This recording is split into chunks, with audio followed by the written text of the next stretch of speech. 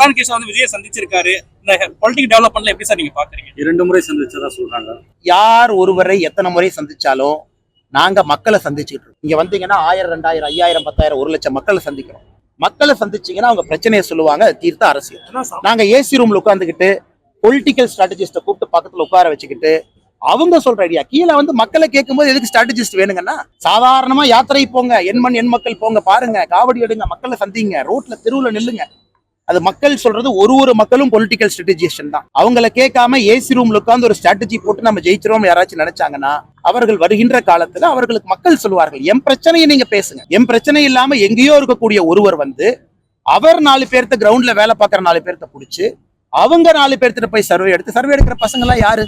மாச சம்பளத்துக்கு வேலை பார்க்குற பசங்க. அவங்களுக்கு பசியோட அருமை தெரியுமாங்கன்னு? ஒரு ஏழை மக்களுடைய பிரச்சனை தெரியுமா? அந்த மாதிரி நிறுவனம் திமுக பெண் நிறுவனம் நடத்துறாங்க, 2000 பேர் வேலை பார்க்குறாங்க. தமிழ்நாட்டில் யாரெல்லாம் MBA படிச்சிருக்காங்களோ இன்னைக்கு பெண்ல நிறுவனத்துல வேலை பார்த்து அவங்க போய் ஒப்பீனியன் கேட்டு அதை கேட்டு முதலமைச்சர் நடவடிக்கை எடுப்பாராமா. ஒவ்வொரு அரசியல் கட்சிக்கும் சில ஸ்ட்ராட்டஜி வகுக்கிற நிபுணர்கள் இருப்பாங்க, அது மாற்று கருத்தே இல்லை. திமுகவில் இருந்திருக்கிறாங்க, கடந்த காலத்தில் அதிமுகவில் இருந்திருக்கிறாங்க, பாரதிய ஜனதா கட்சி, எல்லா கட்சிக்கும் இருப்பாங்க. ஆனால் அந்த ஸ்ட்ராட்டஜிஸ்ட் சொல்றதை அப்படியே கேட்டு ஒரு குளிர் அறைக்குள் இருந்து குதூகலம் அடையக்கூடிய தலைவர்களாக மற்றவர்கள் இருக்க மாட்டாங்க. அவங்க களத்துக்கு வருவாங்க. யாராக வேண்டுமானாலும் இருக்கட்டும், அது எங்களுடைய மாநில தலைவர் அன்பு சகோதரர் திரு அண்ணாமலை அவர்களாக இருக்கட்டும், அல்லது அதிமுகவில் இருக்கிற ஐயா எடப்பாடி பழனிசாமி அவர்களாக இருக்கட்டும், இவங்களாம் களத்தில் இறங்கி பணி செய்யக்கூடியவர்களாக இருந்திருக்காங்க. ஆனால் ஸ்ட்ராட்டஜி இருப்பாங்க. இருந்தாலும் கூட மக்களோடு பேசி மக்களோடு அவர்களுடைய குறைகளை கேட்டறிந்து ஆளும் திமுக அரசுக்கு எதிரான போராட்டங்களை அறிவித்து களத்தில் நிற்கிற இன்றைக்கு பாரதிய ஜனதா கட்சி எப்படி தொடர் போராட்டங்களை நடத்துகிறதோ அது ரொம்ப முக்கியம். ஸ்ட்ராட்டஜி முக்கியம் என்பது அது புத்தகத்தில் இருக்கும்.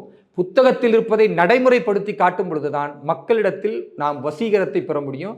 மக்கள் நம்மளை நம்புவாங்க. மக்கள் நம்புவாங்கன்றதுக்கு இந்தந்த தெருக்கல்ல இவ்வளவு குப்பை இருக்கிறது, இந்த தெருவில் கழிவு நீர் வந்து அடைபட்டு இருக்கிறது, இந்த தெருவில் வந்து குப்பை அல்லாமல் இருக்கிறது, இந்த தெருவில் வந்து சாராயம் குடித்து விட்டு நிறைய பேர் வந்து ரவுடித்தனம் செய்து கொண்டிருக்கிறார்கள் அப்படின்னு ஒரு ஸ்ட்ராட்டஜி கொடுத்துறாங்கன்னு வச்சுங்க.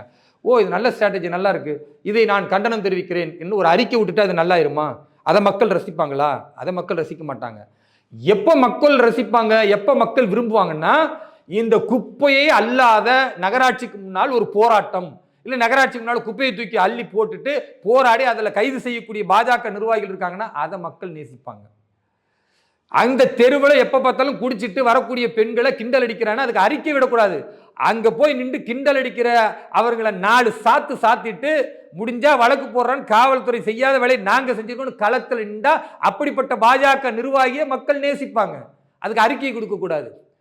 குப்பை கொட்டு கிடக்குது, கழிவு நீர் வந்து அடைச்சு கிடக்குதுன்னா ஒன்று மக்களோடு மக்களாக சேர்ந்து அந்த கழிவு நீரை சுத்தப்படுத்தக்கூடிய பணியில் ஒருவர் ஈடுபடணும், அல்லது அரசுக்கு எதிராக போராட்டங்களை நடத்தி அதை உடனடியாக சுத்தப்படுத்துவதற்கான வேலையை செய்யணும். அப்படி செய்தால் அது மக்கள் பணி, அதுதான் மகேசன் பணி, அதை தான் பாரதிய ஜனதா கட்சி நிர்வாகிகள் ஒவ்வொருத்தரும் இன்னைக்கு செஞ்சுக்கிட்டு இருக்கிறோம். அது ஆட்சிக்கு நாங்கள் வருவதற்கு ஒரு ஆயத்த பணி.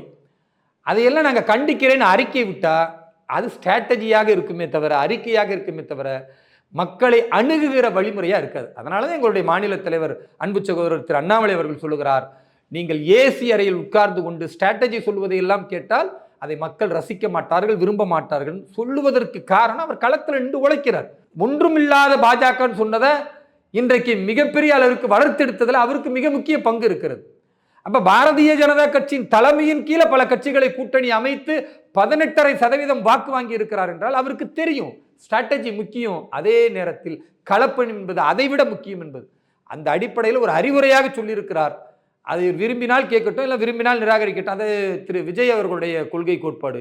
எங்களை பொறுத்தவரை நாங்கள் ஸ்ட்ராட்டஜியையும் பார்க்கிறோம், மக்களோடு இணைந்து மக்களின் குறைகளை கேட்டு அவர்களுக்கு நிவர்த்தி செய்வதற்கு ஆளும் அரசுக்கு எதிராக குரல் கொடுக்கவும் செய்கிறோம். ரெண்டுமே செய்யணும். அதை பாரதிய ஜனதா கட்சி இன்னைக்கு திறம்பட செய்திருக்கிறது.